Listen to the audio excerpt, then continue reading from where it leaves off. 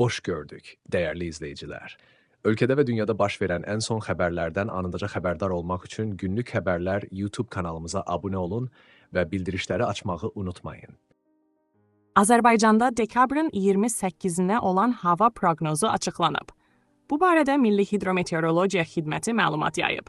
Bildirilib ki, Bakıda və Abşeron yarımadasında hava şəraitinin gün ərzində fasilələrlə yağıntılı olacağı gözlənilir. Səhər bəzi şəhərətrafı ərazilərdə yağışın sulu, qarla qarışıq yağma ehtimalı var.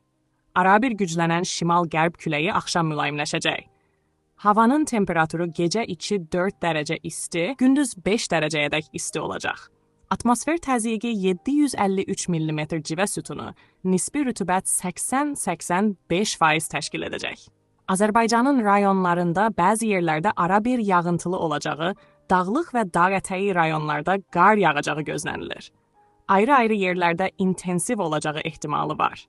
Axşama doğru yağıntılar tədricən kəsiləcək. Gecə və səhər bəzi yerlərdə arabir duman olacaq. Qərb küləyi gündüz bəzi yerlərdə arabir güclənəcək. Havanın temperaturu gecə 2 dərəcə şaxtadan 3 dərəcəyədək isti, gündüz 5-8 dərəcə isti, dağlarda gecə 6-11 dərəcə şaxta, gündüz 0-5 dərəcə şaxta olacaq. Gecə bəzi dağlıq ərazilərdə yolların buz bağlayacağı ehtimalı var. Günlük Xəbərlər YouTube kanalımıza abunə olmağı və videonu bəyənməyi unutmayın.